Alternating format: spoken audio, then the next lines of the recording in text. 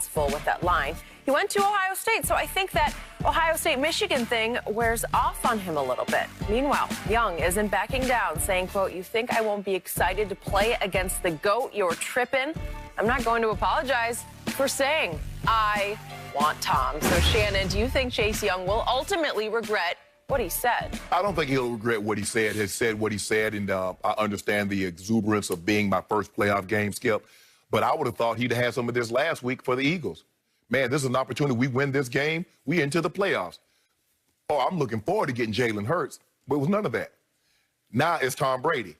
Ultimately, I think at the end of the day, I do not believe they'll win. I believe their defense will play well, but I just don't believe he has the offense to help him out to back up some of the checks that his mouth is writing. So ultimately, I believe the Tampa Bay Buccaneers will win. I understand he's confident, Skip. The guy made the Pro Bowl in his first season. He looks like he's going to be defensive player of a rookie defensive player of the year. He was just named NFC Defensive Player of the Month. So he has a lot going on. He's a phenomenal talent. Phenomenal. I love his energy. I love his passion. I love all of that.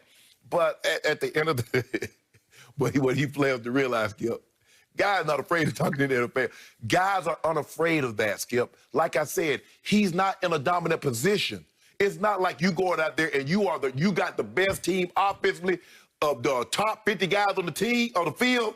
You got 48 of them, like Ohio State normally had every time he took the field. When Chase Young was there, 2/3 to 3/4 of the best players was on his side.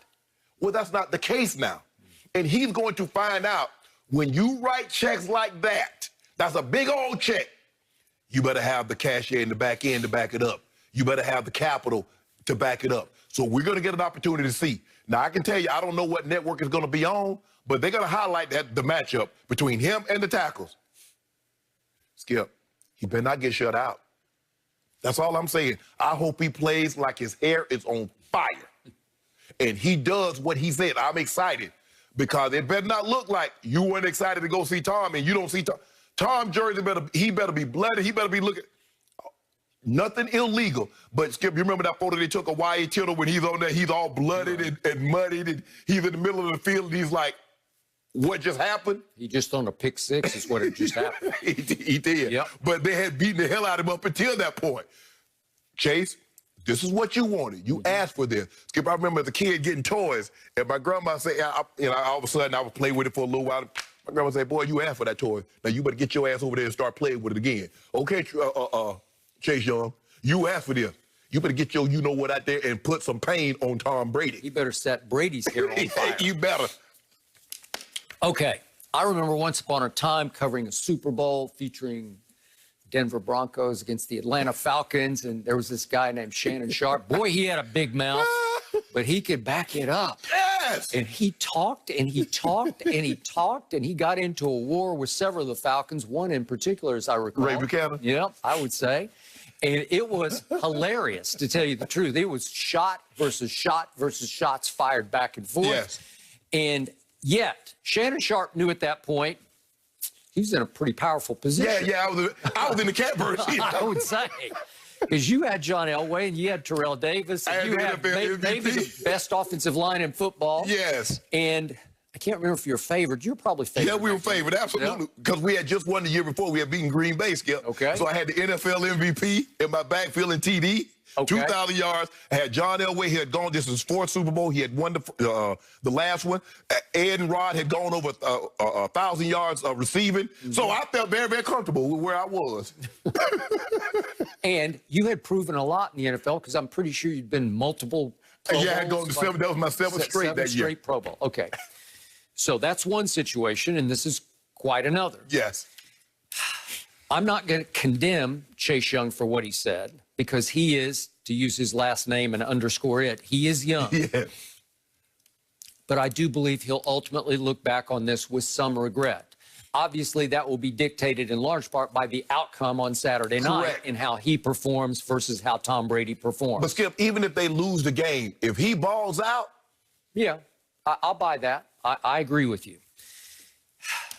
I'm giving him some, is what Ron Rivera called youthful exuberance. Yes. And I give him some credit because he uttered, these things spilled out of his mouth as he ran off the field on fire with having just won the division, right? Yeah. At Philadelphia.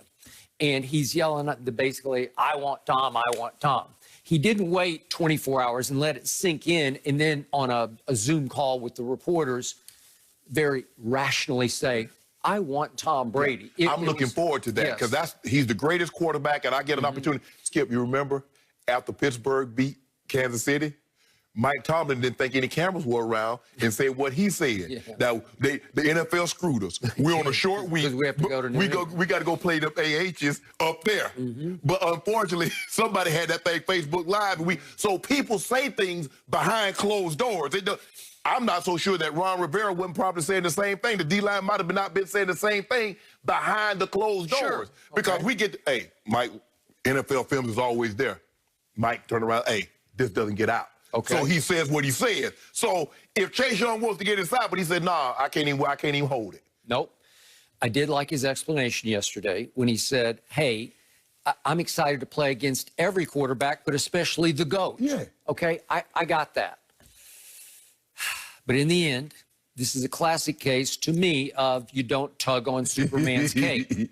That guy has won 6 Super Bowls in 9 tries. That guy is obsessed with trying to win one more without Bill Belichick, and it's going to have to start this Saturday night at Washington.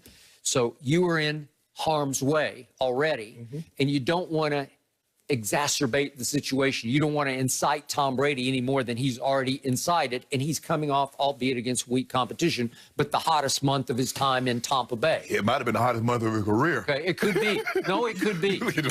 December to remember. Yes. So you are tugging on a guy who's turned back into Superman's cape.